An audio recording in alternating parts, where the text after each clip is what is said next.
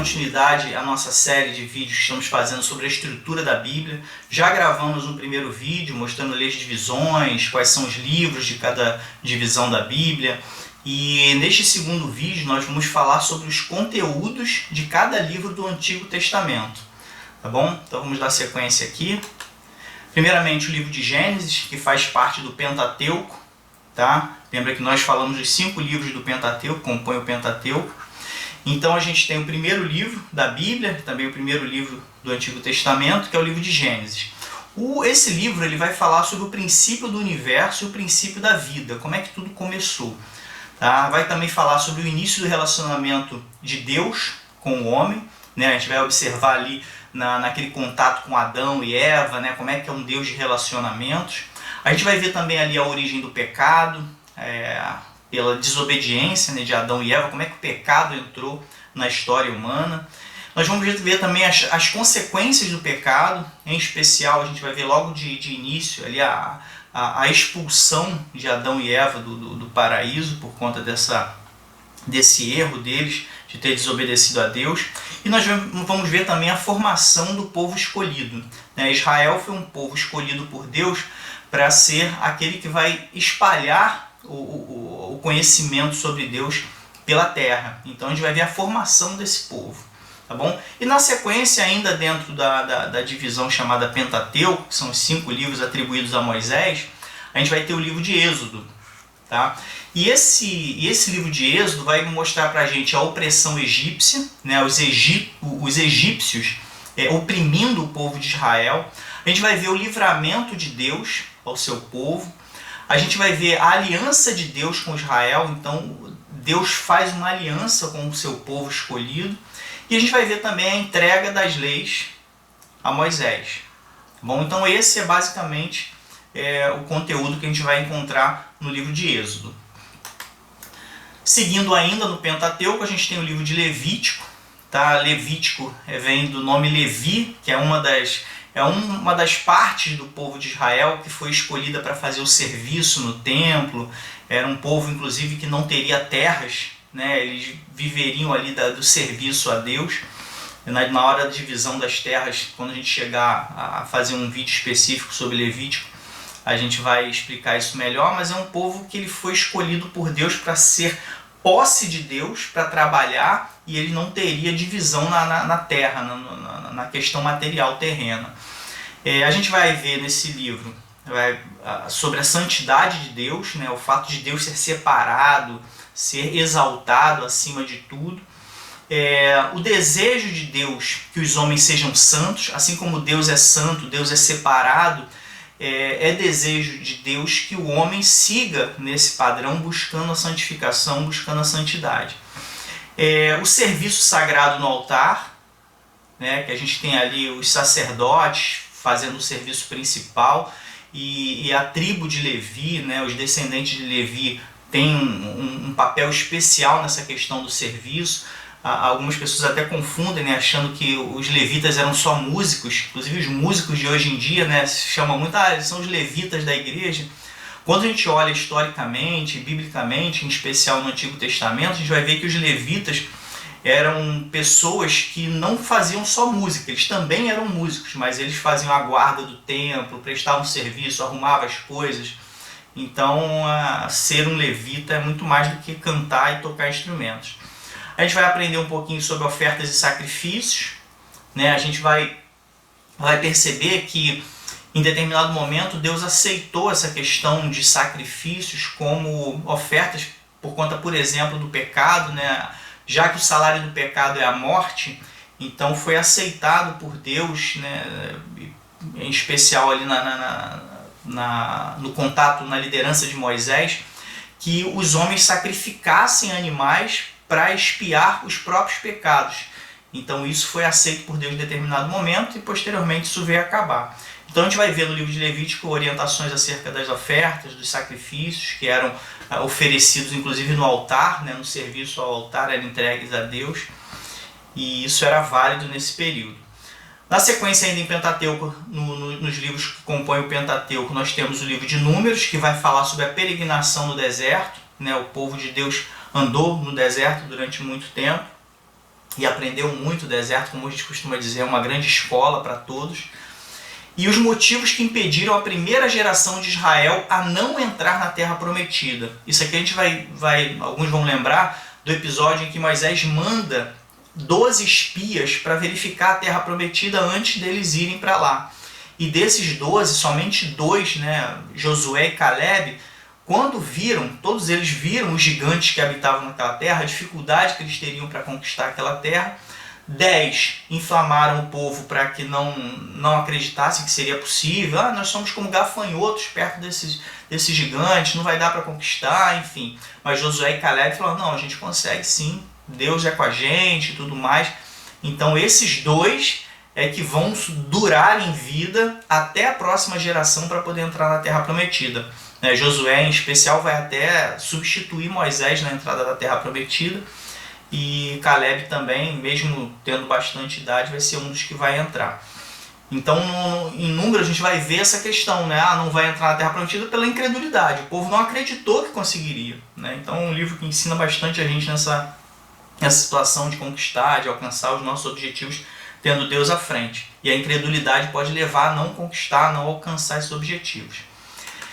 E por fim, fechando aqui o Pentateuco, antes da gente entrar nos livros históricos, a gente tem o livro de Deuteronômio, que seria a repetição da lei, né? O significado do nome, né? Pode até dar a entender que seriam 2 leis, mas na verdade a repetição da lei pelo significado do nome. E a gente vai aprender sobre o temor, amor e honra a Deus para conquistar a terra, né? A gente se voltar para Deus para alcançar os nossos objetivos. Maldições decorrentes da desobediência. O povo, pelo fato de desobedecer, vai recair sobre ele algumas questões ruins, algumas consequências ruins na sua vida. E as bênçãos decorrentes da obediência. Então existe sim essa relação direta entre maldição e desobediência, bênção e obediência. Você desobedece, existem consequências ruins. Você obedece, existem consequências boas. Então a gente vai ver isso em Deuteronômio. Aí na sequência a gente entra no livro de Josué. Josué é aquele camarada, como nós citamos, né, junto com Caleb, que acredita que o povo consegue entrar na Terra Prometida, apesar das muitas dificuldades para acessar lá. Era uma terra habitada por gigantes e tudo mais. Então a gente tem ali nessa transição entre Deuteronômio e Josué a morte de Moisés. Então, pelo fato de Moisés morrer, Deus permite até que ele veja a Terra Prometida. Ele sobe no alto monte, vê a Terra Prometida e na sequência ele morre. E existe a necessidade de que um outro líder, né, que tenha que ter toda aquela grandiosidade de Moisés, que era um povo muito numeroso, precisava ser alguém muito bem articulado, muito bem inteligente, muito bem ligado em Deus. E Josué é escolhido para dar essa sucessão a Moisés na liderança do povo. Então Josué é aquele líder que efetivamente vai entrar na terra com o povo. Então a gente tem no livro de Josué a história de fé de Josué na conquista de Canaã. Canaã é a terra prometida. A gente vai ver a obediência de Josué levando ele a vitórias, né? Como a gente viu aqui, bênçãos decorrentes da obediência. Então a gente sabe que quando a pessoa é obediente, ela é conduzida à vitória pela parte de Deus, e Josué é um grande exemplo disso. E a gente tem também no livro de Josué o estabelecimento das 12 tribos de Israel. Tá? A gente, num vídeo mais especificamente sobre essa distribuição, fica bem mais fácil da gente explicar, mas a tribo de Israel, né? Israel na verdade é Jacó, que mudou o nome para Israel, e a gente tem ali seus 12 filhos, na verdade um filho, né, vai dividir em 12 tribos. Tem até um outro vídeo que a gente explica isso melhor. A gente tem o estabelecimento dessas 12 tribos, e essas 12 tribos herdam terras, herdam territórios naquela região ali onde eles habitavam, à exceção de Levi, né? Então a gente tem esse estabelecimento dessas 12 tribos no livro de Josué, bem explicadinho. Aí, no livros históricos também, a gente tem o livro de Juízes. Como a gente chegou a falar até no primeiro vídeo dessa série, os juízes que eram estabelecidos no povo de Israel não eram juízes como nós estamos acostumados. Aquele camarada que vai fazer só o julgamento, tem uma toga, fica ali verificando os litígios e decidir o que é justo, o que é injusto. Não, eles também tinham essa função. Mas eles eram, na verdade, líderes que iam à frente do povo para combater. Se tivesse que ter uma guerra, esses juízes iam à frente liderando o povo. Tá? Então, nesse livro de Juízes, algo que é muito interessante nesse livro é que a gente vai perceber o sobe e desce do relacionamento do povo com Deus. Uma hora o povo está muito ligado em Deus, muito em contato com as questões de Deus, obedecendo a Deus, aí está vencendo batalhas, aí daqui a pouco começa a errar, começa a desobedecer, começa a se afastar de Deus, começa a ter contato com idolatrias, aí começa a perder batalha, começa a perder pessoas, começa a perder coisas. Aí daqui a pouco se arrepende, aí começa a se relacionar com Deus de novo, e Deus misericordioso aceita aquilo, aí começa a vencer de novo, daqui a pouco começa a perder o contato com Deus, se envolver com coisa errada, e começa a perder batalha. Então o livro de Juízes, ele é um livro de altos e baixos, muito interessante, que traz até grandes ensinamentos para a gente no dia de hoje, que às vezes temos esse tipo de conduta, né, no relacionamento com Deus. A hora a gente está muito ligado, outra hora está muito desligado de Deus. Então a gente vai ver no livro de Juízes uma queda espiritual na Terra Prometida. Tá? Então a vida espiritual na Terra Prometida, o pessoal começa a se degradar ali, não obedece aquilo que Deus falou que tinha que ser feito ali naquela região onde eles iriam habitar. A gente vê a compaixão de Deus no arrependimento da nação, ou seja, quando a nação se arrepende, está afastada de Deus, mas aí se arrepende, verifica a besteira que estavam fazendo, eles se arrependem e Deus misericordiosamente, né, com compaixão, vai e se liga de novo a eles e dá prosperidade a eles e tudo mais. E a gente vai ver, obviamente, a escolha de alguns juízes para liderarem o povo contra os opressores. Então você observa aqui que não eram juízes como nós entendemos hoje em dia, nos nossos dias, em especial no Brasil, alguém que somente julga as questões, os litígios, os conflitos entre as pessoas no meio do povo. Mas eram pessoas que lideravam o povo, eram líderes. Então, na sequência, ainda nos livros históricos, a gente tem o livro de Ruth, que vai falar da fé de uma moabita no Deus de Israel. Os moabitas eram descendentes de Moabe. Moabe é uma pessoa junto com os amonitas, né, junto com Ben-Ami, que gerou os amonitas, era um descendente de uma relação incestuosa de duas filhas com o seu pai. A gente vai falar sobre isso em outros vídeos para explicar melhor isso. Então eles vêm de uma descendência que são geradas a partir de desobediências a Deus. Então esse povo, né, os moabitas e os amonitas, eles tiveram muitos conflitos com o povo de Israel. Eles têm as mesmas origens, mas pegaram uma ramificação que teve uma origem desobediente. E ao longo da história a gente vê muito conflito entre os moabitas e o povo de Israel.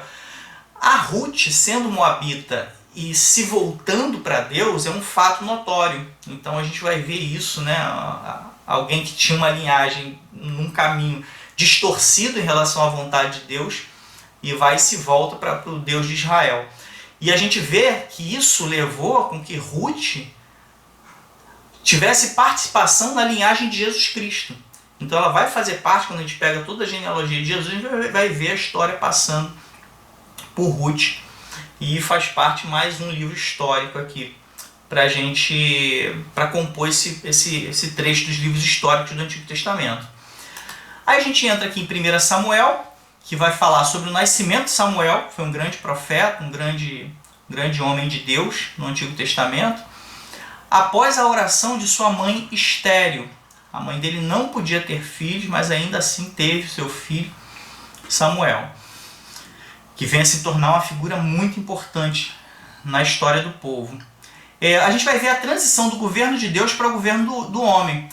Em Samuel, a gente vai ver aquele episódio que o povo pede um rei, só que Deus não quer que o povo seja liderado por rei. Já tinha juízes, já tinha sacerdotes, né? Já tinham profetas, tudo para liderar conforme Deus queria, mas o povo queria ser igual aos outros povos, queria ter um rei com toda aquela pompa, com toda aquela majestade, com todo aquele rigor também, quando necessário. E Deus falou não, e Samuel concordando, não é para ter. Mas aí o povo insistiu tanto, né, que Deus falou, tá bom, vocês querem ter, falando com as minhas palavras, né, vocês querem ter um rei, então toma um rei aí. Aí deu Saul, que inicialmente até conquistou muita coisa, fez muita coisa boa, mas depois teve um declínio, fez muita coisa errada, né, sendo necessário, como a gente conhece a história, Davi, o grande rei Davi, que é conhecido por muitos, vai assumir o lugar de Saul. Tá bom? Então a gente vê essa transição. Antes, um povo que era liderado por juízes, sacerdotes, né, por profetas, cada um ali na sua instância específica determinada por Deus. A gente vê o povo querendo uma outra forma de governo, com um rei, que muitas vezes vai ser, né, um rei sanguinário, com suas decisões humanas, cometendo graves erros, né, como o próprio rei Davi deixa isso bem claro. Salomão também, por mais que a gente tenha a visão, Salomão foi um rei muito sábio, sim, mas cometeu muita coisa errada, se envolveu com muitas mulheres, comprometendo ali o seu reinado. Mas enfim, a gente vê aqui a transição. E a gente vai ver também em 1 Samuel o fracasso do rei Saul e a substituição por Davi. Então a gente vai ter aquele período emblemático ali da escolha, em que Deus vai lá, unge o rei, aí Samuel acha que é o maior dos irmãos, acha que é o próximo. No final é escolhido Davi, que era o menorzinho, né, o mais improvável de ser visto como um rei, que estava lá pastoreando ovelhas, estava, né, completamente alheio àquela situação de escolha, e é exatamente aquele que Deus queria que fosse rei, tá? Que fosse substituto de Saul. Então a gente parte para 2 Samuel, também dentro dos livros históricos, que a gente vai ver aqui o reinado de Davi. A gente vai ver o pecado do rei Davi e suas consequências. Tá? Davi foi um rei muito inspirador. Né? A gente sabe, como as próprias escrituras falam, foi um homem segundo o coração de Deus. Mas a gente entende que o fato dele ser um homem segundo o coração de Deus não foi propriamente pela majestade dele, mas porque ele foi um homem capaz de se arrepender genuinamente. Algumas pessoas se espelham em Davi, inclusive para cometer erros, porque a gente sabe que Davi cometeu graves erros, né? Inclusive tomando a mulher de um dos seus capitães, depois favorecendo a morte dele, coisas terríveis, que a gente nem acredita que foi Davi que fez um negócio desse. Né, favorecendo que ele morresse numa batalha, orientando para que ele ficasse na frente de batalha onde seriam mortos os homens que estivessem ali, para poder continuar com aquela mulher. Enfim, atrocidades, coisas terríveis ele fez, que se hoje em dia uma pessoa fizesse algo parecido com isso, já seria completamente destituído de qualquer reconhecimento. Mas foi o Davi que fez. Então algumas pessoas olham assim, poxa, se Davi errou, então eu também posso errar. Mas a gente tem que ver que Davi se humilhava e se arrependia genuinamente. A gente vai ver, por exemplo, Davi reconhecendo quão miserável ele é. E isso não é algo comum para um rei. O rei sempre tem aquele orgulho de que ele não erra. Então para um rei se rebaixar, se humilhar e se enxergar como miserável, é porque ele realmente era um homem segundo o coração de Deus, que se colocava ali numa condição de nada diante da majestade de Deus. E isso fez ele ser diferente. Então a gente vê também o desejo dele, né, do rei Davi, de construir uma casa para Deus, só que o próprio Deus não permite isso. Essa casa aí vai ser construída no seu próximo filho, vai ser Salomão que vai construir, porque tem muito sangue nas suas mãos. Davi, por mais que a gente tenha essa visão dele, foi um homem sanguinário, um homem que favoreceu ou esteve diretamente envolvido na morte de muitas pessoas. Então foi alguém que carregou muito sangue. Então Deus não permitiu que ele construísse um templo. Ele olhou para a casa dele, tem uma casa maravilhosa. E Deus está, entre aspas, morando numa tenda. Então eu vou construir um grande templo para Deus. Ele falou, não, deixa isso para o teu filho, você não tem condição de fazer um negócio desse não. E a gente vai ver isso em 2 Samuel. E a gente vai ver aqui o estabelecimento da linhagem real até o Messias. Jesus Cristo, ele vem da linhagem, e a gente tem um vídeo falando sobre a genealogia de Jesus, explicando isso, aconselho você a assistir, que vai ver que passa por Davi, a descendência de Jesus. Isso vai garantir, inclusive, que Jesus seja verdadeiramente herdeiro do trono, mesmo o trono terreno, vamos dizer assim, né? Porque ele tem realmente essa linhagem real, não só a questão da linhagem espiritual, por ser filho de Deus, mas a descendência dele passando por Davi garante que ele seja um efetivo herdeiro do trono para reinar os judeus. Tá? Ainda nos livros históricos nós temos o livro de 1 Reis, que vai falar sobre os últimos dias de Davi, vai falar sobre o reinado de Salomão. Né? Salomão foi o filho de Davi que herdou o trono, e como a gente mencionou aqui, um homem de grande sabedoria, um homem que pediu sabedoria a Deus. Um detalhe que vale a pena a gente mencionar aqui, a sabedoria de Salomão não foi pelo fato dele, tão somente pelo fato dele ter abandonado as outras coisas, né? Deus falou, você pode pedir o que você quiser, eu quero sabedoria. A gente só pensa nisso, ele não quis riqueza, não quis terras, não quis, enfim, ele quis sabedoria no lugar de coisas materiais. Mas um detalhe muito importante que você precisa se atentar é que ele pediu sabedoria para conduzir o povo de Deus. Ele não quis sabedoria, eu quero ser um cara muito sábio. Não, ele tinha um propósito naquela sabedoria que era guiar o povo de Deus. Então, não há dúvidas de que isso favoreceu o atendimento de Deus, porque olhou o coração dele com aquela intenção de conduzir um povo muito numeroso. Ele viu assim, cara, como é que eu vou conduzir esse povo tão grande? Aí ele pede sabedoria a Deus com esse propósito. Isso vai fazer toda a diferença na hora da gente fazer um pedido a Deus. O propósito nosso em atender aquilo que Deus quer que seja feito. Se a gente pede algo pura e simplesmente para nossa vaidade, eu quero ser um homem sábio, reconhecido, como até acabou sendo mesmo, mas se a intenção dele fosse essa, é possível que ele não tivesse recebido essa sabedoria. Então a gente vê na sequência a divisão do reino, tá?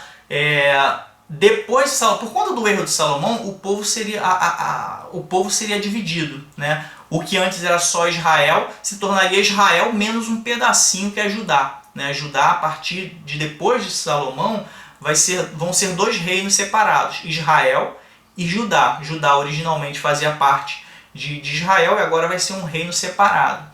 E isso aconteceu por conta do erro de Salomão. E o castigo sobre os seus erros foi tão grande que Deus falou, esse castigo não vai vir em você não, vai vir no teu filho. Né? Então o filho de Salomão, próximo a herdar o reino, é que veria essa terra dividida. E eu entendo que um castigo que venha na vez dos filhos deve ser mais doloroso do que você mesmo ser castigado. Né? Claro que Roboão, né, o filho de Salomão, teve sua participação nessa divisão também, teve consequência dos seus próprios erros, mas o fato de Salomão saber que isso aconteceria no seu filho deve ter sido mais doloroso do que Deus já castigar ele diretamente. Tá? Então a gente vê aqui a decadência espiritual com a idolatria. O próprio Salomão vai se envolver muito com a idolatria. Sabe-se que Salomão teve muitos casamentos arranjados. Né? Essa questão de reinos antigamente, casava com a filha de um outro rei para poder ter acordos políticos ali. Então com isso trouxe muita idolatria, né? Muitas práticas religiosas de outros povos para a vida de Salomão. E às vezes uma rainha dessa, né? uma mulher que ele teve esse casamento arranjado, trazia os seus deuses, as suas estátuas, as suas práticas religiosas, e o próprio Salomão contribuía com isso, criando altares, então ele acabou substituindo Deus, o próprio Deus, em muitas práticas religiosas por conta desses casamentos arranjados. Então há ali uma decadência espiritual por conta da idolatria. E a gente tem um alerta à nação por meio de profetas, né? A figura do profeta é muito importante. Vale aqui a gente ressaltar que o profeta não é aquele cara que fica adivinhando o futuro, não. A gente acha, muita gente hoje em dia se julga profeta porque teve uma visão do que vai acontecer mais na frente, o cara se sente orgulhoso por isso. Aquele cara que adivinha o futuro, ele é um adivinho, ele não é um profeta. O profeta até sabe do futuro, mas por que ele sabe do futuro? Não porque ele é capaz, é porque Deus revela. O profeta é a boca de Deus aqui na terra. Então aquilo que ele profere do que vai acontecer mais na frente é porque Deus falou com ele. Não é porque ele é um cara que sabe das coisas ou faz uma mandingazinha ali para poder saber o que vai acontecer. Não, ele é o camarada que Deus vai falar para ele, ele tem que ter a humildade. Olha só, isso não vem de mim, é Deus que está falando comigo para eu passar para as pessoas. Então ele tem que fazer isso com muito temor e muito respeito com o que está acontecendo. Então essa é só uma das funções do profeta. Como a gente vê aqui, alerta a nação por meio de profetas. Uma das funções do profeta é denunciar o pecado. E hoje em dia o profeta se sente numa falsa maturidade somente a anunciar o que vai acontecer lá na frente. Mas dificilmente tem a coragem que esses profetas tinham de estar diante de um rei, um homem sanguinário, que tinha o poder de falar você vai morrer agora, e ir lá e falar você está errado, você está em pecado, como é o caso, por exemplo, do profeta Natan chegando enfrentava, vou colocar aqui entre aspas, o rei Davi para mostrar onde é que ele tinha pecado. Então, os profetas eram homens ousados que chegavam na frente das autoridades ou na frente de todo um povo para denunciar o pecado que eles estavam cometendo. Então a gente tem que tirar da nossa cabeça essa ideia de que o profeta é um homem que fica adivinhando o futuro. É muito mais do que isso. Tá? Então a gente tem aqui em 1 Reis esse alerta à nação por meio dos profetas, o profeta alertando a nação, já desde o período de Davi já estava orientando o próprio rei com relação aos seus erros e tudo mais. Então a gente continua aqui com 2 Reis, ainda estamos nos livros históricos, tá? Tô colocando aqui embaixo só para a gente ter sempre essa referência. A gente tem a continuação da história dos reis de Israel.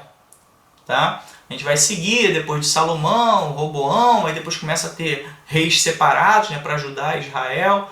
A gente vai ver os pecados dos reis desobedientes, a gente vai começar a ver lá, não, esse rei foi bom aos olhos de Deus, esse rei foi mau, esse aqui era ligado em Deus, esse aqui era desligado de Deus. A gente vai ver sempre essas orientações. Na internet existem umas tabelinhas muito interessantes, né, que mostram, se você botar lá reis maus e reis bons, né, da linhagem de Israel e de Judá, vai ter umas tabelinhas lá, rei fulano, aí tem um joinha, ou então um bom, ou então rei mau, aí tem toda a sequência, facilita a visualização. Então a gente vai ver também os cativeiros de Judá e Israel. Observa aqui, ó, que a gente já está separado, ó, Israel e Judá. Anteriormente da divisão, Judá pertencia a Israel, era o mesmo reino que foi dividido, agora Judá, que era um pedacinho, passa a ser um reino separado. A gente vai ver também a destruição do templo. Tá bom? Ainda nos livros históricos nós temos 1 Crônicas, né, que eram as crônicas dos reis. Então vai ter uma extensa genealogia desde Adão, em 1 Crônicas, estabelecimento do reinado de Davi, então vai voltar a falar sobre Davi, até porque são as crônicas dos reis, e detalhes do seu governo, vai estar lá os detalhes que ele pediu para compilar lá, né? Então a gente vai ter alguns detalhes do governo dele, registrados lá pelos seus escribas. A gente vai ver a comunhão de Davi com Deus. Então isso aqui é muito importante. O fato, como a gente estava mencionando anteriormente, um homem segundo o coração de Deus, porque se arrependia genuinamente, ele tinha uma efetiva comunhão com Deus. Isso é muito importante para a gente entender por que ele era um homem especial e não ter os erros dele como exemplo para poder errar também, como algumas vezes acontece. Nós temos aí 2 Crônicas na sequência, que vai ter o pedido de sabedoria de Salomão, como nós mencionamos anteriormente. O pedido de sabedoria dele não era para que ele fosse um homem sábio, ele tinha um propósito muito claro, que era de guiar e orientar, conduzir o povo, que era muito numeroso. A gente vai ver a construção do templo, né, a explicação sobre Salomão fazendo a construção do templo, que foi negada a Davi anteriormente por ser um homem sanguinário. A gente vai ver a prosperidade e paz com líderes fiéis, né? Vai ter um período de prosperidade, Salomão um homem muito sábio, muitos reis vinham conversar com ele para obter sabedoria. Tá? A gente vai ver aí o cativeiro babilônico com a infidelidade, o povo vai ser levado cativo pela Babilônia. Nós vamos ver promessas de restauração para o remanescente, né? O pessoal que se manteve fiel, né? Havia promessas sobre eles para poder ser restaurado, apesar de ter acontecido o cativeiro. Aí a gente entra no livro de Esdras, ou Esdras, né? Dependendo do sotaque local, aí, como você pronuncia. A gente vai ver nesse livro o regresso dos judeus à sua pátria. A gente vai ver o cumprimento dos propósitos de Deus, né, no seu povo. E um fato muito interessante, a gente vai ver a utilização de pessoas ímpias, né, pessoas que estão fora da vida religiosa, né, que está distante dessas práticas de ligação com Deus, essas pessoas sendo utilizadas por Deus para cumprir o seu propósito. Um exemplo que a gente tem aqui é o rei Ciro. O rei Ciro não era um crente, não era um judeu, não pertencia ao povo de Israel, mas ele foi usado por Deus para libertar o povo. E até hoje se faz analogias, né, quando tem uma pessoa que favorece o povo de Deus e por consequência vai ser abençoado por isso, favorece o povo de Deus, né? As pessoas falam, não, esse aí é um rei Ciro, porque é como rei Ciro, então chamam o cara de rei Ciro, em homenagem a esse caso, que o rei Ciro não pertencia, mas ele foi um rei que ajudou, permitiu que o povo voltasse para sua terra, enfim. A gente tem aqui a autorização, né, de Ciro da volta dos exilados para sua terra, teve a devolução dos itens sagrados que foram anteriormente levados e materiais para a reconstrução do templo. Tá? Então isso foi liberado no governo do rei Ciro, apesar do rei Ciro não ser parte propriamente de um povo israelita. Aí a gente entra em Neemias, que a gente tem o regresso do terceiro grupo de exilados judeus, então o pessoal não voltou todo mundo de uma vez, então a gente tem o regresso do terceiro grupo. A gente tem a liderança de Neemias, a reconstrução dos muros de Jerusalém em pouquíssimos dias, né? Um período muito interessante, que ele vai pedir para o seu rei para poder ir lá ajudar o seu povo, para fazer a reconstrução. E por conta dessa questão toda de reconstrução de um templo, tem toda uma orientação para haver reformas espirituais, né, em todo o povo, porque o povo com muita contaminação, com muitas coisas erradas acontecendo, existe necessidade de uma reforma espiritual. Isso vai trazer algumas ideias não vamos entrar muito em detalhes aqui, porque a nossa ideia é ter só uma noção de cada livro, mas isso aqui inspira a gente para os dias de hoje, né? Algumas vezes nós precisamos levantar certos muros para nos blindar de determinados riscos que a nossa sociedade, em especial a moralidade cristã, está sendo tão atacada, e haver uma reforma também interna, uma reforma espiritual, porque nós temos andado muito contaminados com tudo que está acontecendo no mundo nos dias de hoje. Então Neemias vai trazer uma inspiração muito interessante para isso, até pela velocidade do resultado das coisas quando a gente está realmente determinado, né? Porque em poucos dias teve toda uma reconstrução ali, com o povo envolvido, e seria muito interessante a gente reviver algo parecido nos dias de hoje. Aí a gente tem o livro de Esther, né? Ainda nos livros históricos, tá? A gente teve até, eu acompanhei na época a novela sobre Esther na Rede Record, foi muito interessante, muito inspiradora.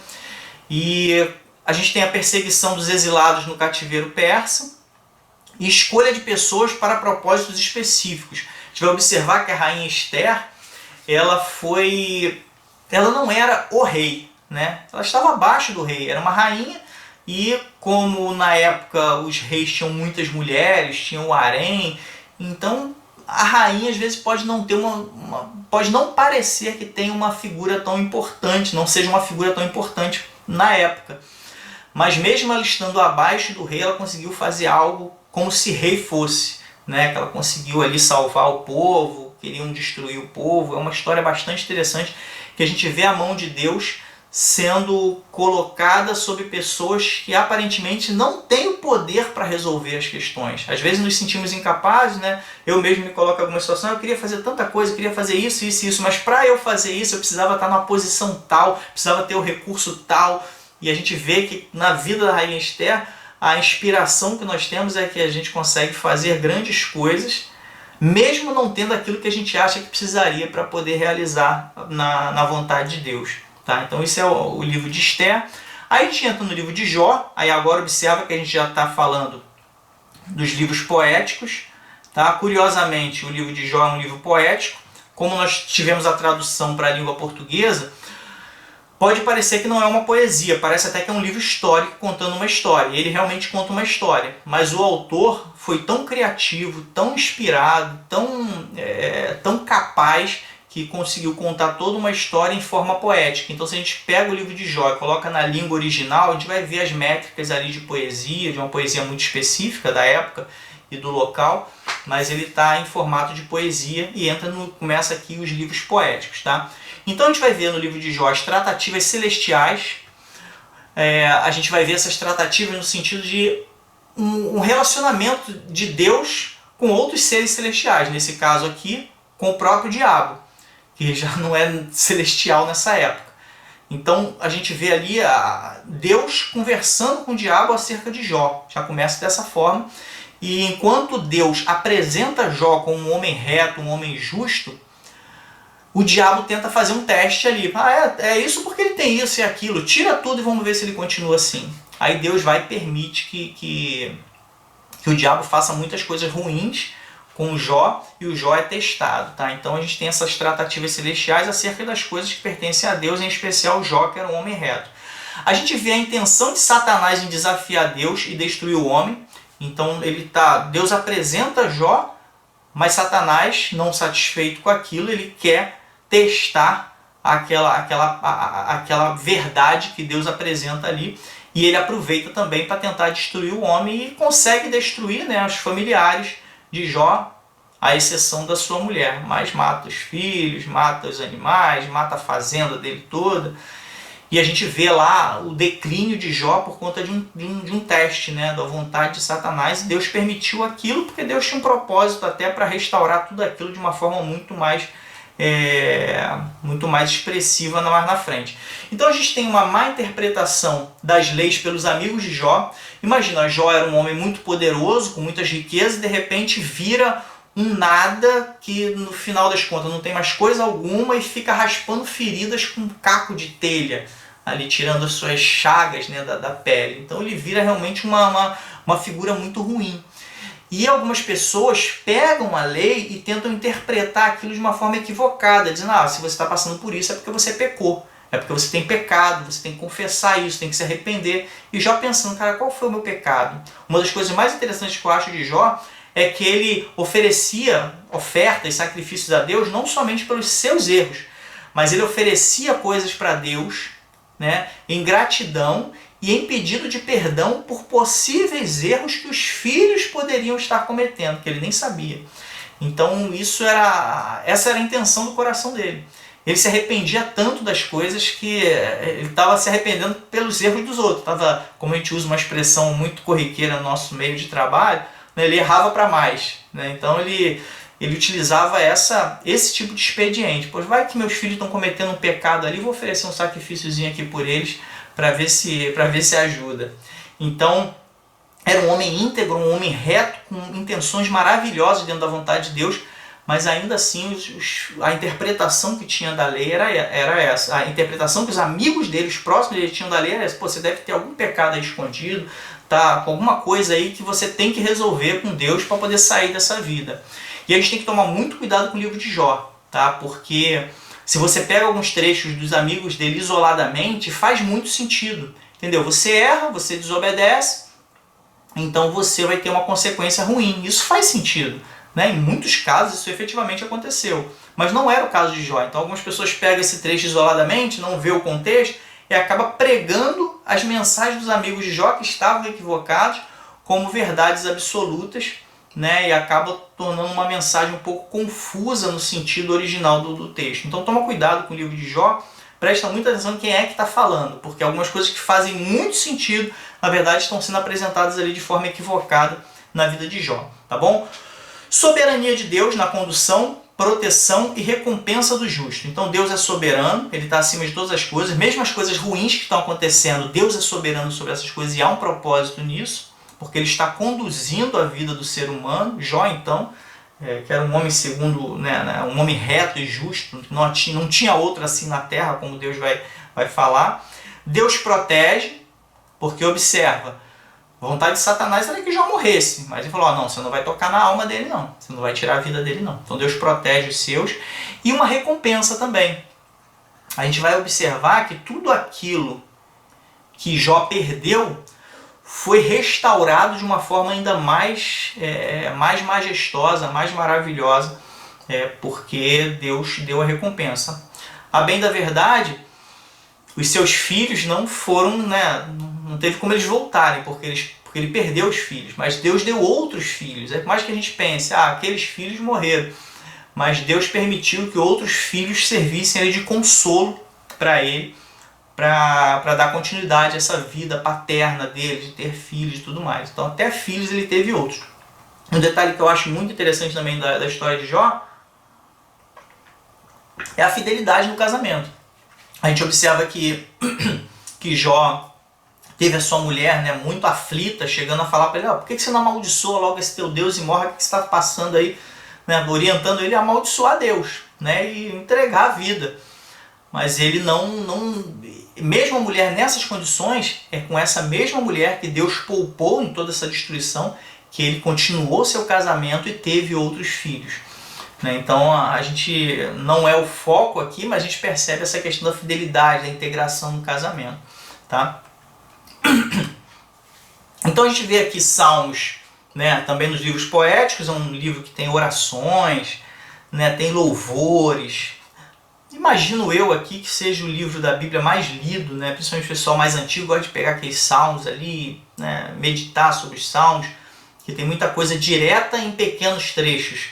Então o pessoal mais preguiçoso de ler a Bíblia vai lá em Salmos, já pega ali uma porçãozinha de sabedoria e já se sente ali abastecido. Lembrando que isso, de certa forma, é um equívoco, que a Bíblia tem 1189 capítulos, né, a Bíblia tradicional que a gente utiliza, e algumas pessoas vivem só de salmos. Deixa lá a Bíblia aberta na casa, lá com salmos, como se a Bíblia aberta ali tivesse algum poder, e não sai dali, não pega para ler, não usa para nada, fica ali em Salmo 91, Salmo 23 aberto, né? São salmos bem emblemáticos, mas a pessoa não vive aquilo ali, não procura conhecimento. Tá? Estou falando isso para não ler salmo, não, mas pelo contrário, leiam salmo, mas também leiam o restante da palavra de Deus, que vocês vão aprender muitas coisas tão importantes quanto os salmos. Então a gente tem aqui um livro que vai falar sobre fé, vai falar sobre confiança, vai falar sobre perseverança, diversos assuntos. Né? O livro de Salmos lembra um pouquinho Jesus Cristo no Sermão da Montanha, cada hora falando de um assunto diferente, na sequência muda do nada para um outro assunto e aperfeiçoa aquilo ali, aí depois passa para outro assunto. Então Salmos é mais ou menos nesse sentido. E a gente vai ver um relacionamento do homem com Deus ali, né? Os salmistas eles vão mostrando ali com a sua poesia, com a sua métrica, o que eles tinham de experiência com Deus. Uma hora de arrependimento, uma hora de confiança, uma hora de dor, um momento de alegria, um momento de louvor, um momento de oração, uma série de fatores que mostram o relacionamento que aquele salmista tem. Inclusive Davi é um dos escritores de salmos também. Aí na sequência, ainda nos livros poéticos, a gente tem Provérbios. Salmos e Provérbios, né, diferente de Jó, a gente percebe claramente que é um livro poético, né? Tem os versozinhos ali, dá até entender um pouquinho das métricas ali dos versos. Então também é um livro poético, o livro de Provérbios. A gente tem instruções práticas. Muitas pessoas gostam do livro de Provérbios porque traz muita sabedoria para o dia a dia. Você observa lá nos trechos de Provérbios, se você ficar só lendo Provérbios o tempo todo, você vai ter uma vida de muita sabedoria, com muitas lições práticas para o teu dia a dia.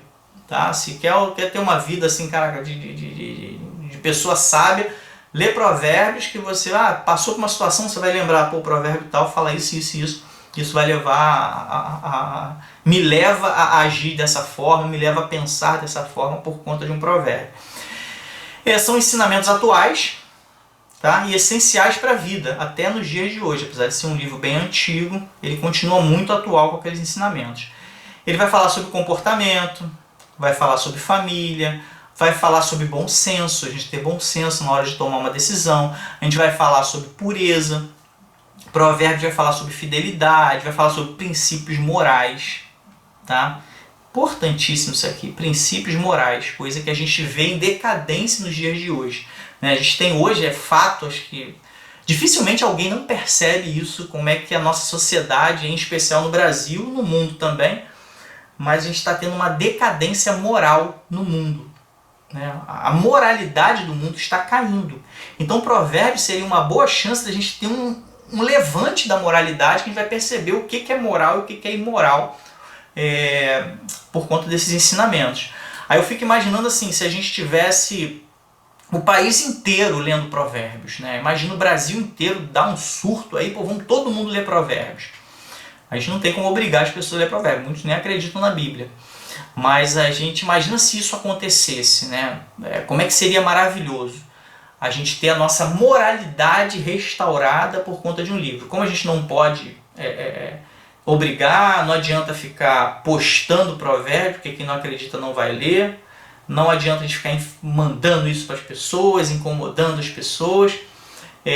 O que é válido nesse momento por conta da degradação do nosso país em relação à moralidade, vale a nossa oração.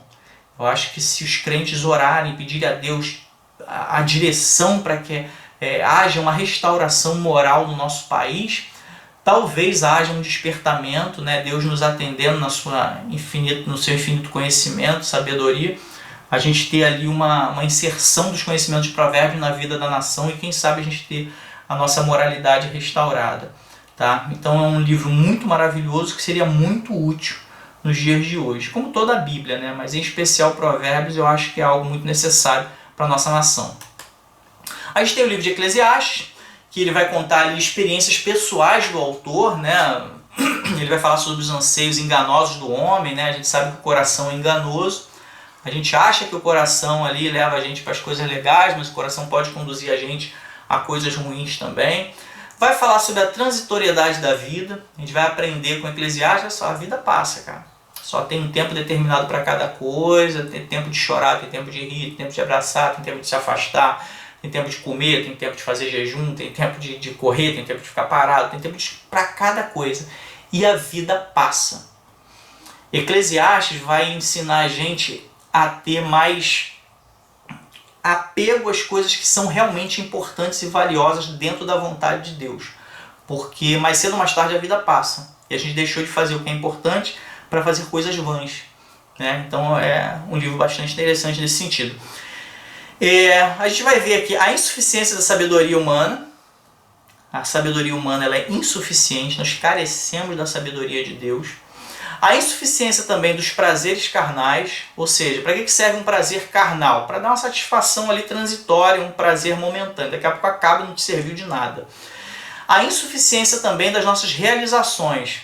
A gente faz, acontece, nós construiu algo muito maravilhoso, humanamente falando. Para que serviu aquilo? Para nada. Então, Eclesiastes vai trazer esse entendimento para a gente, para que a gente saiba o que efetivamente é importante e o que realmente a gente se empenhou e não tem tanta importância dentro do plano de Deus. A gente vai ter Cantares, né, Cantares de Salomão, um livro, vamos chamar aqui, entre aspas, um livro polêmico, né, porque vai inclusive entrar numa seara sexual entre um homem e uma mulher. Aí é polêmico porque nós não temos maturidade para entender que todas essas questões sexuais entre um homem e uma mulher também foram criadas por Deus. Então pode sim ser abordado na Bíblia. Nós que ao longo da história, por conta da degradação moral que a gente comentou em Provérbios, por conta da degradação moral da história, da sociedade, a gente vai enxergando essas coisas com impureza. Mas quando a gente lê Cantares, a gente vê, cara, esse relacionamento do homem com a mulher, tudo que o homem e a mulher fazem entre eles ali dentro de um matrimônio é perfeitamente aceitável dentro da direção de Deus. Então é um livro que vai inspirar casamentos. Se você casa e lê ali com a sua esposa, você mulher lê com o seu marido Cantares, você vai ter uma vida muito prazerosa matrimonialmente falando. Né? Claro que vai utilizar ali de figuras de linguagens que nós não estamos acostumados nos dias de hoje. Elogios do tipo, seus dentes são como os dentes da cabrita, né? Algumas utilizações de expressões que utilizavam naquela época, naquela região, a gente não utiliza aqui. Mas vai trazer muita inspiração para um relacionamento entre um homem e uma mulher. Tá? É um livro, apesar de parecer polêmico, é um livro muito de Deus que vai nos mostrar só, o amor entre um homem e uma mulher realmente foi criado por Deus. A comparação entre o amor, do amor de Deus, a comparação, né, do relacionamento de um homem com uma mulher com o amor entre Deus e Israel. A gente vai ver que vai trazer essa ideia de que Deus e Israel é como se houvesse um matrimônio ali, como Deus sendo o marido e Israel sendo a esposa. Então existe um matrimônio ali, uma ligação. Não literal, como o casamento, né, a visão carnal do homem com a mulher, mas a questão da união, do matrimônio, de um compromisso, de uma aliança. E a gente vai ver também, mais na frente, e de forma profética aqui no livro de Cantares, a relação do amor, igualzinho, de Jesus e da igreja. Não materialmente falando, não de forma carnal, mas com relação à aliança que existe entre Jesus e a igreja, né? Havendo ali um matrimônio, e a analogia que vai ser utilizada é que Jesus vai para as bodas, né? Como se fosse indo para a lua de mel com a sua igreja para viver no céu. Então existe essa ilustração profética nesse relacionamento aqui. Tá, então a gente tem aqui literalmente, né, a relação de um homem e uma mulher, semelhante à relação de Deus com o povo de Israel, semelhantemente também à relação de Jesus Cristo com a sua igreja. Tá bom? Então a gente entra no livro de Isaías, a gente já está aqui nos livros proféticos. Tá? Alguns vão falar de profetas maiores, profetas menores, a gente explicou isso direitinho no vídeo anterior, não vamos entrar em detalhes aqui. Tá? Então a gente tem aqui o livro de Isaías, um livro muito interessante, com profecias tremendas acerca do que ia acontecer, em especial com relação à vinda de Jesus Cristo. Então a gente tem aqui promessas e consolação, a gente tem o plano de salvação, a gente tem o juízo de Deus, a gente tem detalhes muito específicos sobre a vida e ministério de Jesus Cristo. Não vai aparecer o nome Jesus Cristo ali, mas a gente vai ver claramente orientações de como é que Jesus viria, tá? Nascimento da Virgem, aquela coisa toda da vinda desse Messias vai ser tratado aqui de forma maravilhosa no livro de Isaías. A gente vai ter a profecia sobre a volta e o reinado de Jesus Cristo. Tá? E na sequência, ainda nos proféticos, a gente tem Jeremias, que também vai dar continuidade a Lamentações no próximo. Então a gente tem a luta do profeta em alertar a nação sobre o perigo iminente. A gente vai ter a invasão babilônica, destruição de Jerusalém e do templo, cativeiro a milhares de judeus. Né? Judeu é um povo que sofre ao longo da história. Né? A gente vê que historicamente sempre tem uma dificuldade na vida dos judeus. Deve ter alguma coisa muito especial, a gente pensando aqui. Eu estou de fora, imagina que eu não conhecesse a palavra de Deus. Eu falo, cara, esse povo judeu tem alguma coisa misteriosa, que ao longo da história sofre muito, na mão de vários cativeiros. Depois teve os nazistas, agora tem hoje lá com os árabes. Então tem toda uma questão envolvendo o povo judeu. A gente tem uma advertência aí pela falta de arrependimento e promessas de restauração futura. Então a gente vai ver Jeremias orientando que está faltando arrependimento no povo. E lembra até de outros vídeos que nós falamos, pregação de João Batista, pregação de Jesus. Para o estabelecimento do reino de Deus é necessário arrependimento. Tá? Arrependei-vos porque é chegado o reino dos céus. Falo sempre isso. Em outros vídeos vocês vão ver a gente falando sobre a mesma coisa. João Batista pregava isso. Quando João Batista vai preso e posteriormente ele perde a sua vida na prisão, o próprio Jesus vai para Galiléia para pregar a mesma coisa. Tamanha a importância desse tipo de orientação. Ó. Se arrepender para o estabelecimento do reino. Então aqui em Jeremias a gente vai ver a advertência com relação ao arrependimento do povo. O povo não está se arrependendo. E é necessário se arrepender genuinamente. Assim como a gente falou sobre Davi. Davi se arrependia de verdade. Ele mesmo sendo rei, eu sou um miserável. Tipo assim, eu não valho nada. Então existe essa necessidade. E por conta disso, existe uma promessa de restauração futura. Né? O livro de Jeremias vai falar isso, o povo vai ser restaurado. Na sequência de Jeremias, a gente tem Lamentações, também escrito por Jeremias. Apesar de ser um livro pequeno, ele entra no livro dos proféticos maiores, porque ele pertence a alguém que escreveu muito no livro de Jeremias. A gente explica isso melhor no vídeo anterior. Vai mostrar o sofrimento de Judá no juízo divino pelo pecado. A gente vai ver lamentos pela dor da destruição do templo, né? Pessoal, a lamentação do povo ali por conta da destruição do templo, porque era algo muito simbólico. A cidade de Jerusalém também sendo destruída, por conta do cativeiro, muito sofrimento também. Então é um livro cheio de lamentações por conta dessas coisas ruins que estavam acontecendo. A gente vai ver ali as consequências do pecado contra Deus. Pecou contra Deus, né? Você vai ter consequências ruins. Aí a gente entra em Ezequiel, também profético, advertências aos exilados que abandonaram a fé. O povo foi levado cativo, ficou lá no exílio. Alguns vão se manter fiéis, esperando a restauração. Outros vão abandonar a fé, vão se envolver com as práticas religiosas ou que se inventar ali no meio daquele novo ambiente. Então em Ezequiel vai ter advertências a esse pessoal que abandonou a fé no meio do exílio. Nós vamos ter alerta sobre o juízo de Deus aos inimigos que cooperaram ou se alegraram com o sofrimento de Israel. Isso aqui é um detalhe importantíssimo. O que acontece? O povo de Israel errou em diversos momentos da história, como nós crentes hoje erramos também. Em alguns momentos, por conta desse erro, o povo é castigado, como hoje nós podemos ser castigados também por Deus.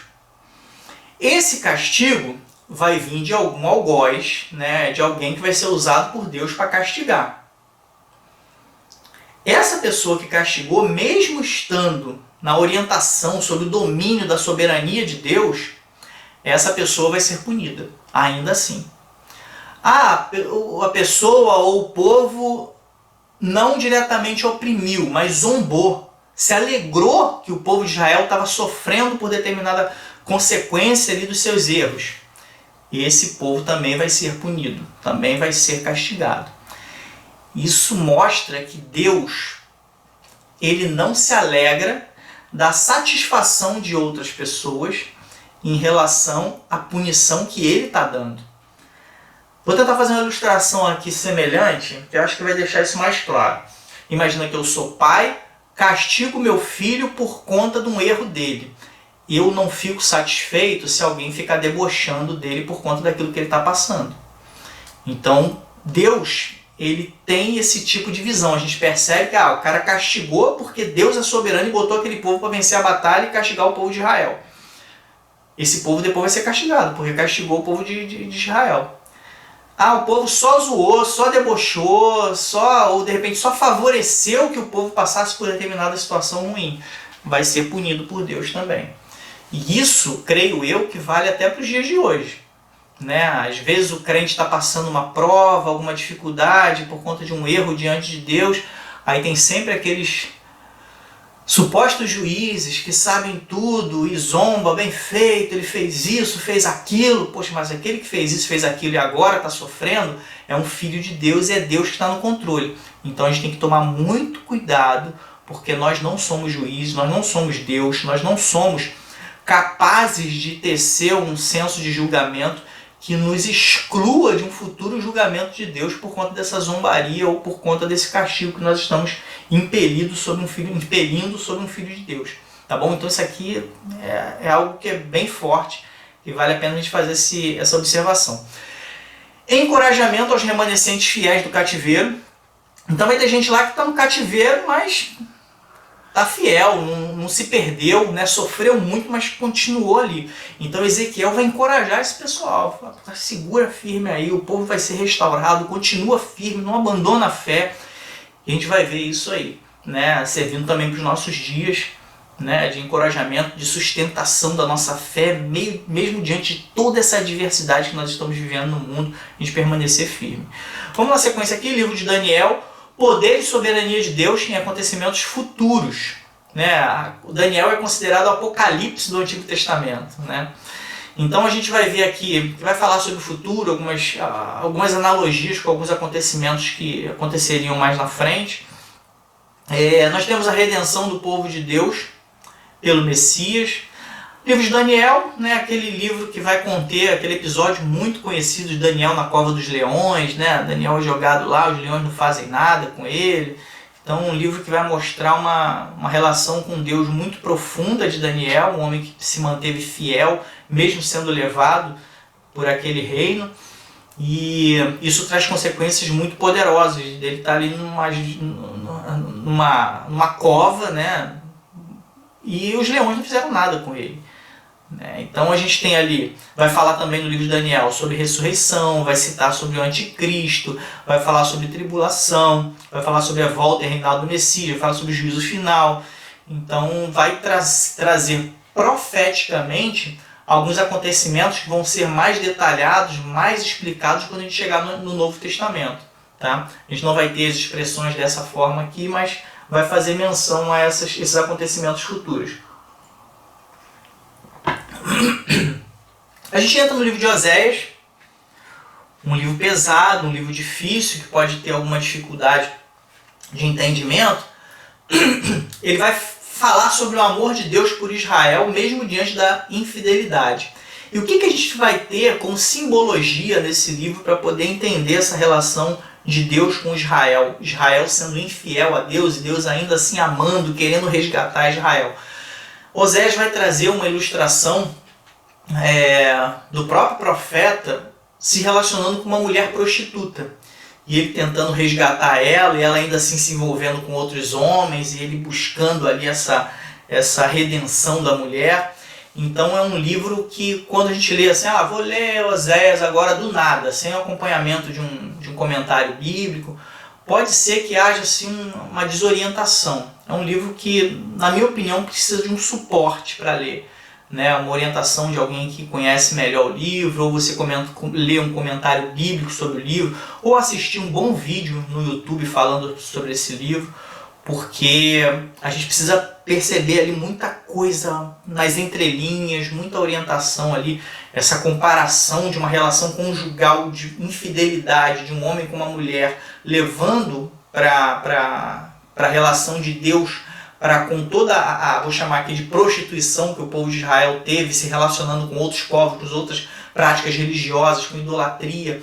Isso dá uma visão geral e acho que isso é o suficiente para a gente entender, mas é importante que a gente se aprofunde bem nesse livro, que não é tão simples de perceber as coisas que ele está dizendo, tá? E um livro muito interessante também, mas volto a dizer, um livro não tão simples de ser lido.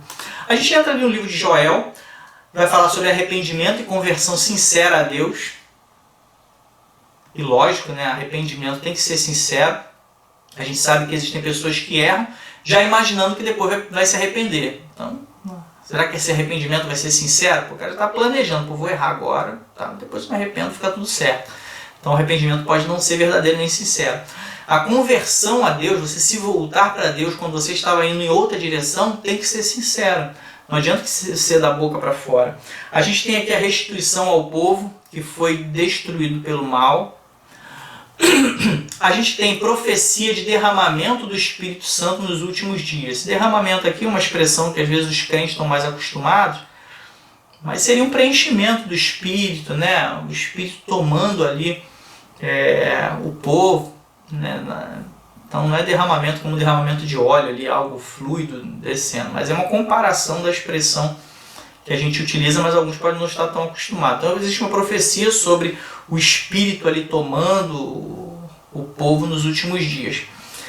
A gente entra em Amós, ainda estamos nos livros proféticos, tá? A gente tem aqui Amós, falta de amor a Deus e ao próximo.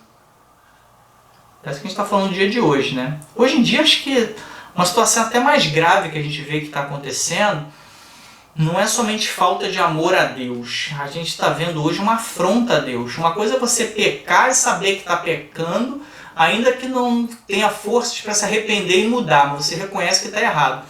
Hoje em dia as pessoas pegam o erro, dizem que é certo e ainda força outras pessoas a reconhecerem como certo. Isso para mim é tipo assim, é um outro nível de pecado, uma afronta a Deus, o que me traz muita preocupação.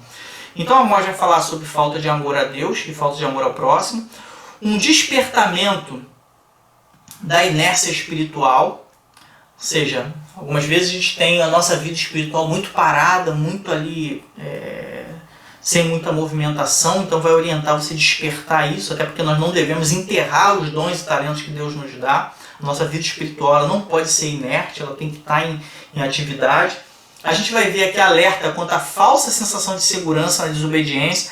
Algumas vezes a gente desobedece e acha que está tranquilo, ninguém está vendo, principalmente quando não tem consequência ruim imediata. Então acha que está tudo certo, deixa passar, e daqui a pouco erra de novo, daqui a pouco você está imerso, mergulhado no pecado. E quando na verdade, né, isso é uma falsa sensação de segurança, porque no mínimo, e suficientemente, Deus está vendo aquilo. Então a gente tem em Amós um alerta quanto a essa falsa sensação que a gente tem durante a desobediência. Vai falar sobre idolatria, vai falar sobre avareza, injustiças praticadas, olha só por quem? Sacerdotes, governantes e pela sociedade. Então observa, vê se a gente não se identifica hoje em dia. Idolatria, avareza e injustiça praticada por sacerdotes. Sacerdotes na época eram aqueles que conduziam o povo, né, nos sacrifícios, conduzia a vida espiritual do povo, né, fazia as práticas religiosas. Hoje em dia nós temos outras figuras, né, temos pastores, padres e outros líderes religiosos. Então a gente tinha naquela época, como não muito diferente, né, de algumas figuras atuais, idolatria, avareza e práticas injustas. por líderes religiosos. Aí, a segunda figura pessoal aqui são os governantes. Idolatria, avareza e práticas injustas. Os governantes. Não vou entrar muito nessa seara aqui, que pode complicar ainda mais. E também essas mesmas práticas, idolatria, avareza e práticas injustas, pela própria sociedade. A sociedade, as pessoas de um modo geral, estão sendo idólatras, estão sendo avarentas, estão sendo injustas. Então é um livro que naturalmente vai levar a gente a pensar nos nossos dias de hoje, apesar de ser um livro antigo. Então aqui a gente entra no livro de Obadias, ainda nos livros proféticos. A gente vai ver os juízos de Deus contra Edom pela satisfação com o sofrimento de Israel. Voltamos a dizer, um povo que se satisfaz, que tem prazer quando vê o povo de Deus sofrendo por conta de um castigo, esse povo vai sofrer as consequências disso. A exemplo do que nós demos. Eu sou um pai, castigo meu filho, e alguém debocha ou se alegra daquele castigo, daquilo que o meu filho está passando, isso não seria muito satisfatório para mim. Então a gente vê Deus tendo esse tipo de sentimento com aqueles que zombam. A gente tem aqui Edom como a descendência de Esaú. A gente vai lembrar que Jacó e Esaú nasceram juntos, eram irmãos gêmeos. Jacó vai virar Israel. Então, na verdade, Jacó é um patriarca de todo o povo de Israel. Edom, por conta de alguns conflitos que aconteceram com Jacó, vai gerar os edomitas e eles vão ter alguns conflitos, alguns desentendimentos históricos com ele. Então, no momento em que o povo de Israel sofre, passa por determinada situação ali de ser punido por Deus, os edomitas vão se satisfazer com aquela situação. E a gente vê aqui o juízo de Deus por conta desse favorecimento àquela situação ali de sofrimento que o povo estava fazendo. Vale novamente aqui o ensinamento que nós falamos anteriormente. O Filho de Deus sendo punido por Deus, isso é responsabilidade de Deus, não é direito de ninguém de intervir naquela situação. Mesmo aqueles que são os próprios algozes usados por Deus para castigar o povo, e algumas vezes Deus lançou mão desse recurso, entregou o povo nas mãos de outro povo para que esse povo seja carrasco e castigue o povo de Israel, mesmo esses que foram usados por Deus para castigar o povo de Deus, mais tarde foram castigados por terem sido aqueles que puniram o povo. Então Deus tem esse senso de justiça que às vezes não alcança morada no nosso coração. Se foi Deus que colocou, por que Deus está punindo eles? Porque eles estão fazendo mal ao povo de Deus e estão sendo usados como sendo um povo ou uma pessoa ruim mesmo. Então ela vai ser punida por estar fazendo algo ruim. Mesmo que Deus tenha se aproveitado ali daquela circunstância de um povo ruim para castigar o próprio povo. Tá? Então a gente tem que tomar muito cuidado com a zombaria e com o castigo que nós proferimos contra um servo de Deus. Né? Mesmo nós crentes, algumas vezes tecemos alguns sensos de juízo. Fulano fez isso, bem feito, está pagando, e é isso e aquilo. A gente tem que tomar cuidado, porque às vezes aquela pessoa que está ali sofrendo, está passando por uma dificuldade, está sendo punida, essa pessoa, na verdade, ela tem ali a mão de Deus sobre ela, e aquele é um momento em que ela está precisando passar por aquela situação. E nós não devemos zombar disso, tomar muito cuidado.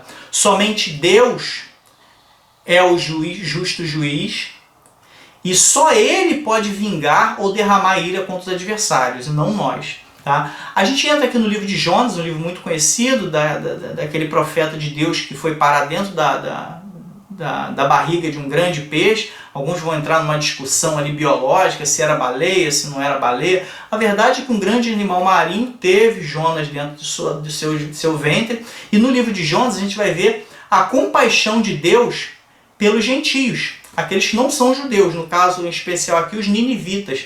Era um povo muito cruel, se a gente pesquisar a história desse povo, era um povo muito ruim, fazia coisas muito, muito pesadas. E esse povo ia ser castigado por Deus. E Deus manda Jonas ir lá pregar que eles seriam destruídos. Então qual é a expectativa de Jonas? Deus vai punir esse povo. Aí, no final das contas, eles acabam se arrependendo e Deus volta atrás na sua decisão. Não vou mais porque eles se arrependeram. E Jonas fica insatisfeito com isso, fica triste com a decisão de Deus. E Deus no final vai dar uma grande lição ali, comparando a questão de uma planta e tudo mais, que é o que a gente vai ver ali. E no meio do caminho a gente vai ver essa tentativa aqui de fuga dessa missão. Porque Jonas não estava afim de ir lá pregar para um povo cruel e perverso. Aí ele vai parar dentro do ventre de um grande peixe, né, de um grande animal marinho. E ele vai ser depois, né, por conta da decisão dele de obedecer a Deus, ele vai parar na praia e cumpre aquela missão, apesar de no final ficar inconformado com a decisão de Deus em poupar os ninivitas. Depois de um tempo a gente vai ver que os ninivitas foram punidos porque voltaram a errar, tá? Mas isso é para outro momento. A gente tem aqui Miqueias, que vai falar sobre os pecados de Israel e Judá, e arrependimento dos maus caminhos para alcançar a salvação. Lembrando, arrependimento é o caminho correto para o estabelecimento do reino de Deus. Então, para a gente herdar a salvação, necessariamente é que nós tenhamos um arrependimento genuíno. O livro do profeta Naum vai falar sobre o juízo divino contra Nínive. Ó, Nínive aqui, ó, voltando aqui, ó. Juízo de Deus contra Nínive. Jonas, eles foram poupados porque se arrependeram, mas voltaram a fazer um monte de coisa errada. No final das contas, o juízo de Deus realmente se cumpriu, como, curiosamente, a profecia que Jonas estava esperando. E Deus falou, ó, vocês vão ser punidos. Vão ser punidos. E a gente vê aqui o caráter de Deus como justo juiz. Deus é um juiz justo. Uma vez poupou porque eles se arrependeram, pô, voltaram a pecar. Tá bom, então agora vai ser cumprido ali o castigo. E a gente vai ver que os pecados não ficam impunes. Não ficam. Se a pessoa tem uma vida de pecado, toda uma nação, toda uma geração tem uma vida de pecado, ela pode até ser poupada em um determinado momento, por conta de algumas circunstâncias, mas voltou a ter aquela vida, né? Isso vai ter consequências ruins. Aí a gente entra aqui em Abacuque, em que a gente vai encontrar um diálogo entre o profeta e Deus, o profeta Abacuque com Deus, perguntas sobre o aparente triunfo do mal sobre o bem, né? Aparentemente o mal, hoje em dia a gente vê isso, a gente tem a sensação que o mal tem um triunfo sobre o bem. Então a gente vai ter uma pergunta em relação a isso. A gente tem a qualidade de Deus mesmo diante da incompreensão humana. A gente vai ver que muitas coisas nós não entendemos porque nós somos infinitamente menores. Nosso raciocínio é infinitamente menor. A nossa inteligência não é nada perto do entendimento, conhecimento comparado à razão de Deus. Então, a gente vai ver que a nossa incompreensão humana ela está submissa à vontade de Deus. E a gente vai ver que o justo ele vive pela fé. Não adianta a gente viver pela razão. O entendimento de Deus é muito maior. Então é melhor que a nossa fé guie os nossos passos. O profeta Sofonias vai falar sobre a queda do reino de Judá em razão dos pecados da nação. Vai se falar sobre o dia do Senhor. Tá? A gente vai ver o retorno glorioso do Messias e o julgamento das nações. Ainda falando aqui nos livros proféticos. A gente entra aqui, já estamos caminhando para o fim. No profeta Ageu, nós vamos ver os judeus repatriados a priorizarem a vida espiritual.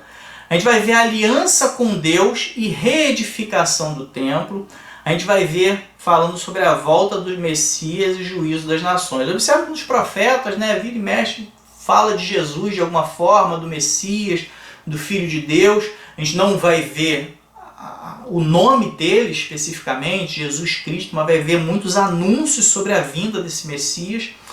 E a gente entra em Zacarias, profecias referentes ao Messias, a chegada do Messias, o estabelecimento do reino no coração dos que creem no Messias. Então aqui a gente já começa a perceber, né, que o estabelecimento do reino vai primeiramente no coração das pessoas. Inicialmente, pelo menos na vinda de Jesus Cristo, na primeira vinda que já aconteceu, a gente não vai encontrar ali o estabelecimento de um reino terreno, como muitos estavam esperando. O estabelecimento do reino é no coração daqueles que creem. Zacarias vai mostrar isso pra gente.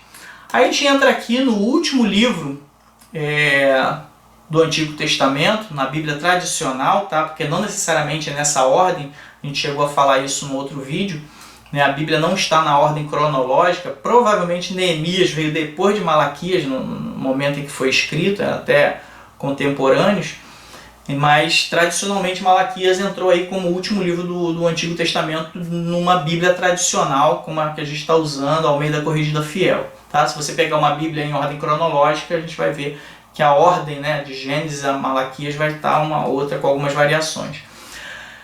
Nós vamos ter no livro de Malaquias advertências a Judá e aos sacerdotes contra a hipocrisia e desobediência a Deus. Nós vamos ver que nada justifica contaminar o altar com sacrifícios imundos.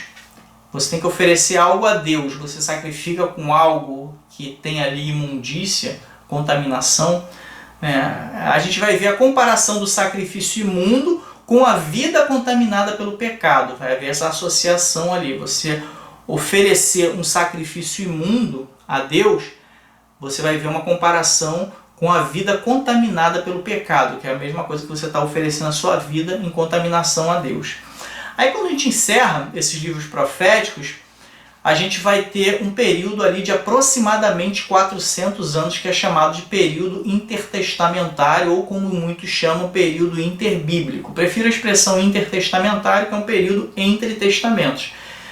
Período interbíblico dá a entender que existem duas Bíblias e tem um período entre as Bíblias, né? Mas também vai ser utilizada essa expressão. Aproximadamente 400 anos, e temos uma playlist aqui no nosso canal só falando sobre o período intertestamentário. A gente tem a impressão que é um período de silêncio de Deus, porque não houve profetas inspirados para deixar escrituras nesse período de aproximadamente 400 anos.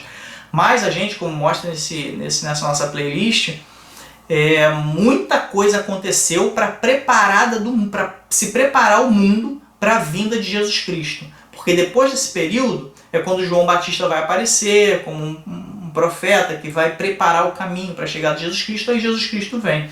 Isso a gente vai encontrar no Novo Testamento. Então, entre o Antigo Testamento e o Novo Testamento, a gente tem esse período aí de aproximadamente 400 anos, que não tem um profeta levantado para deixar escrituras inspiradas, mas muita coisa está sendo preparada no mundo para que Jesus chegue. Tá bom? Então a gente encerra aqui o nosso vídeo, deixando aqui os nossos contatos, né? Eu tenho aqui as minhas redes sociais, né? No Instagram, Facebook, Glauco Rocha Machado. Nós temos o nosso site, que é o colunadefogo.com, com vários conteúdos, não só esses estudos que a gente deixa aqui. E a gente tem o canal, por onde possivelmente você está assistindo esse vídeo, Coluna de Fogo, que eu convido você a se inscrever, tá? Clica aí em se inscrever, você marca o sininho lá para ser notificado dos nossos próximos vídeos. Algo curioso que eu tenho falado nos últimos vídeos, que nesse momento aproximadamente 90% das pessoas que estão assistindo o nosso conteúdo não são inscritos no canal. Talvez alguns por desinteresse, mas muito porque não tem esse costume, né? Às vezes recebe e não sabe que tem que se inscrever ali, aí vê um vídeo e acaba gostando, mas não tem o aviso dos próximos vídeos. Então se você se inscrever e marcar esse sininho, você vai ser avisado, tá bom? E convido você também a comprar o nosso e-book, tá? Deixei o link aqui, eu tenho um livro publicado chamado Bem-aventurados os que estudam, porque eles serão aprovados, com várias orientações de como você gostar de estudar. Isso vai facilitar você estudar por longos períodos sem ter aquela fadiga e conseguir passar em concursos públicos, né? Falo algumas orientações sobre concursos vestibulares que eu tive a oportunidade de passar, dou algumas dicas também sobre esses vestibulares, esses concursos. Então, um livro bastante interessante, num valor bem acessível. Tem o link dos e-books aqui. Se você quiser o livro impresso, pode mandar uma mensagem aí pelo Instagram, direct, que a gente combina aí o envio do livro impresso, tá bom? E agradeço aí sua atenção, que Deus possa nos abençoar, e aguardo vocês no nosso próximo vídeo. Um abraço, Deus abençoe. Da palavra encontrei vida, e essa vida